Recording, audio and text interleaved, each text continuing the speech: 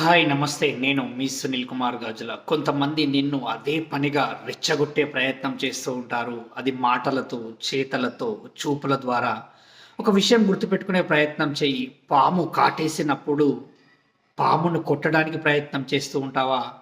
ఆ పాము కాటు ద్వారా వచ్చిన విషం శరీరంలోకి రాకుండా ఆపడం కోసం ప్రయత్నం చేస్తూ ఉంటావా? అనంటే, అదేంటండి పాము కాటేయగానే విషం బాడీలోకి ఎక్కిపోతుంది. నరానికి ఎళ్ళిపోతుంది కాబట్టి, ఒక తాడు తీసుకొని గట్టిగా కట్టేసి, ఆ విషాన్ని నా బాడీలోకి రాకుండా చూసుకుంటాను. నరాల్లోకి ఎక్కకుండా చూసుకుంటాను అని అనుకుంటావు కదా!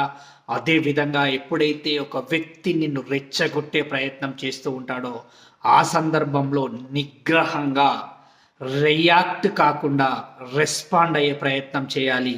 అప్పుడు మాత్రమే నువ్వు ప్రశాంతంగా ఉండడానికి ఆస్కారం ఏర్పడుతూ ఉంటుంది. రెచ్చగొట్టే మనుషులు పాముల్లోని విషం కన్నా చాలా